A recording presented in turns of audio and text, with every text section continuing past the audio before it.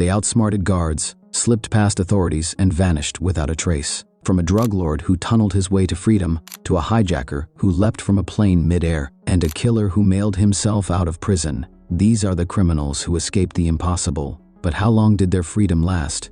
Joaquin El Chapo Guzman. Guzman was born in Sinaloa and raised in a poor farming family. He endured much physical abuse at the hands of his father, through whom he also entered the drug trade, helping him grow marijuana for local dealers.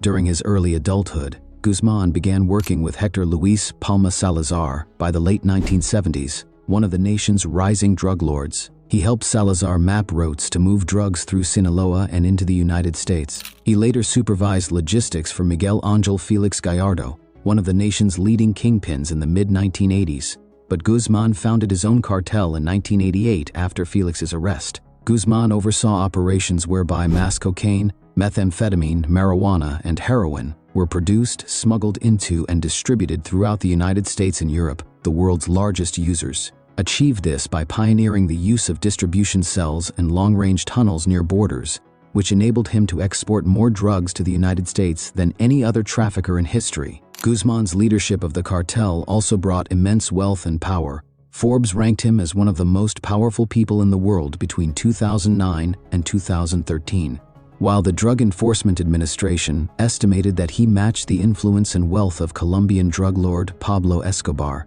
Guzman was first captured in 1993 in Guatemala, and then was extradited and sentenced to 20 years in prison in Mexico for murder and drug trafficking. He bribed multiple prison guards and escaped from a federal maximum security prison in 2001. His status as a fugitive resulted in an $8.8 million combined reward from Mexico and the U.S. for information leading to his capture, and he was arrested in Mexico in 2014. He escaped prior to formal sentencing in 2015 through a tunnel dug by associates into his jail cell. Mexican authorities recaptured him following a shootout in January 2016 and extradited him to the USA a year later. In 2019, he was found guilty of a number of criminal charges related to his leadership of the Sinaloa cartel, was sentenced to life imprisonment, and incarcerated in ADX Florence, Colorado, United States.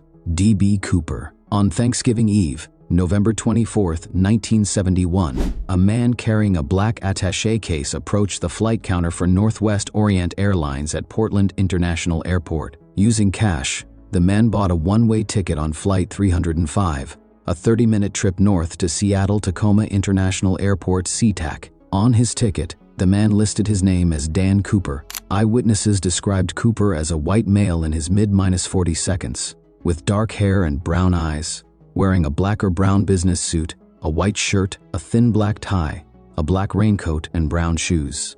Carrying a briefcase and a brown paper bag, Cooper boarded Flight 305, a Boeing 727-100 FAA registration, N467 US. Cooper took seat 18E in the last row and ordered a drink, a bourbon, and 7-Up from a flight attendant, with a crew of 6 consisting of Captain William Scott, First Officer William Bill J. Radachak, Flight Engineer Harold E. Anderson, and flight attendants Alice Hancock, Tina Mucklow, and Florence Schaffner, and 36 passengers aboard, including Cooper. Flight 305 left Portland on schedule at 2:50 p.m. PST. Shortly after takeoff, Cooper handed a note to flight attendant Schaffner, who was sitting in the jump seat at the rear of the airplane, directly behind Cooper. Assuming the note was a lonely businessman's telephone number, Schaffner dropped the note unopened into her purse. Cooper then leaned toward her and whispered, "Miss, you'd better look at that note. I have a bomb." Schaffner opened the note. In neat, all-capital letters printed with a felt tip pen, Cooper had written, "Miss, I have a bomb in my briefcase and want you to sit by me." Schaffner returned the note to Cooper, sat down as he requested, and asked quietly to see the bomb. He opened his briefcase, and she saw 2 rows of 4 red cylinders, which she assumed were dynamite. Attached to the cylinders were a wire and a large cylindrical battery, which resembled a bomb. Cooper closed the briefcase and told Schaffner his demands. She wrote a note with Cooper's demands, brought it to the cockpit, and informed the flight crew of the situation.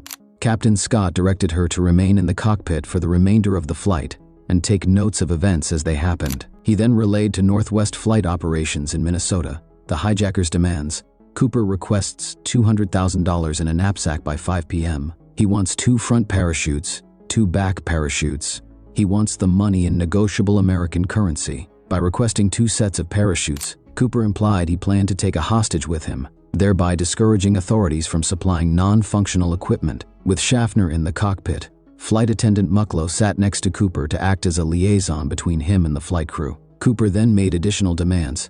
Upon landing at SeaTac, fuel trucks were to meet the plane and all passengers were to remain seated while Mucklow brought the money aboard. He said he would release the passengers after he had the money. The last items brought aboard would be the 4 parachutes. Scott informed SeaTac Air Traffic Control of the situation, who contacted the Seattle Police Department, SPD, and the Federal Bureau of Investigation, FBI. The passengers were told their arrival in Seattle would be delayed because of a minor mechanical difficulty.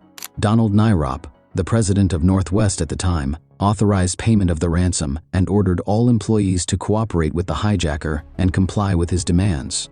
Approximately 2 hours, Flight 305 circled Puget Sound to give the SPD and the FBI sufficient time to assemble Cooper's ransom money and parachutes, and to mobilize emergency personnel. During the flight from Portland to Seattle, Cooper demanded Mucklow remain by his side at all times. She later said Cooper appeared familiar with the local terrain. While looking out the window, he remarked, "Looks like Tacoma down there," as the aircraft flew above it. When told the parachutes were coming from McChord Air Force Base, Cooper correctly noted McChord was only a 20-minute drive from SeaTac. She later described the hijacker's demeanor. Cooper was not nervous. He seemed rather nice and he was not cruel or nasty. While the airplane circled Seattle, Mucklow chatted with Cooper and asked why he chose Northwest Airlines to hijack. He laughed and replied, "It's not because I have a grudge against your airlines, it's just because I have a grudge." Then explained the flight simply suited his needs. He asked where she was from.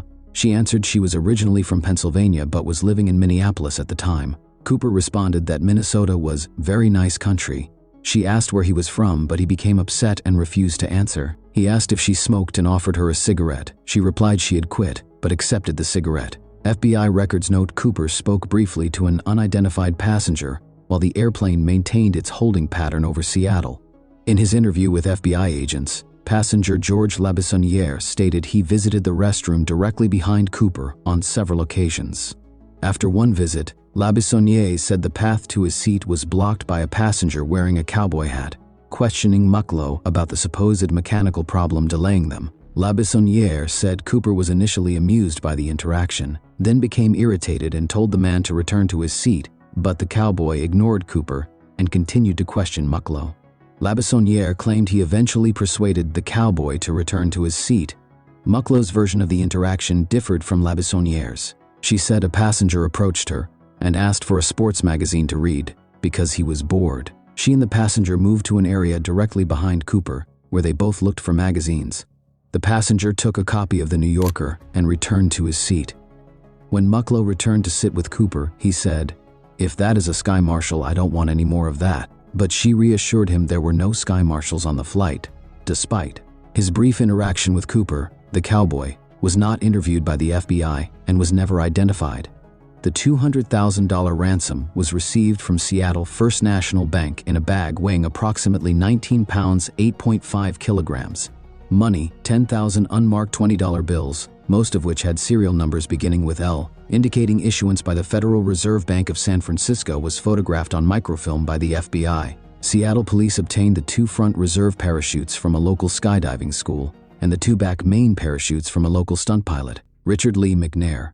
On November 17, 1987, while attempting a burglary in Minot, North Dakota, McNair was surprised by 2 men and murdered one of them. McNair's murder of Jerry Thies occurred at a grain elevator operated by the Farmers Union Elevator Company, while McNair was a sergeant posted at the nearby Minot Air Force Base. A second man was shot 4 times, but survived. McNair remained at large until February 1988, when the police called him in for questioning. McNair then surrendered a concealed handgun. It was then that McNair's first escape attempt occurred. At the Minot Municipal Police Station, McNair's first period as a fugitive lasted only a few hours, after which McNair was quickly recaptured.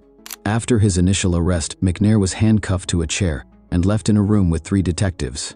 McNair used lip balm, which he had in his pocket, as a lubricant to squeeze his hands free from the handcuffs. McNair then led police on a chase on foot through the town, eventually being chased up a 3-flight stairway in an effort to evade capture. After becoming surrounded by police on the roof of a 3-story building downtown, McNair attempted to jump to a tree branch to escape arrest, but the branch broke. McNair landed on the ground and hurt his back, after which he was easily apprehended. After McNair was released from the hospital, he was moved to the Ward County Jail in Minot. That same month, sheriff's deputies discovered another escape attempt when, after moving McNair to another cell, they found 2 cinder blocks partially chiseled out from the cell in which he was being held. McNair was later sentenced to 2 life sentences for murder and attempted murder, and a 30-year prison sentence for burglary. On October 9, 1992, McNair escaped with 2 other prisoners from the North Dakota State Penitentiary in Bismarck, North Dakota, by crawling through a ventilation duct. One of the prisoners who escaped with McNair was apprehended within hours, and the other within days. After his escape, McNair grew out his hair and dyed it blonde in an attempt to disguise himself. Much of his time on the run was spent roaming the United States in stolen cars. McNair remained free for 10 months, until he was eventually arrested in Grand Island, Nebraska, on July 5, 1993. After his second recapture, the North Dakota Department of Corrections deemed McNair a problem inmate and arranged his transfer through the Interstate Compact to Minnesota Correctional Facility, Oak Park Heights. After a number of years at this facility, and realizing he would not be able to escape, McNair participated in a sit-down strike that caused his return to North Dakota and is later transferred to the Federal Bureau of Prisons. He was assigned to the maximum security United States Penitentiary, Florence High, which is next to, but distinct from, ADX Florence. Again realizing that escape would be unlikely, he arranged a transfer to United States Penitentiary, Pollock, on the grounds that this was marginally closer to his parents' home in Oklahoma. From tunnels beneath prisons to vanishing into thin air, these criminals pulled off escapes that stunned the world. But as we've seen, freedom doesn't always last forever. El Chapo now sits in one of the most secure prisons on earth. Richard Lee McNair's clever tricks couldn't keep him free forever. And D.B. Cooper? His fate remains one of the greatest mysteries in criminal history.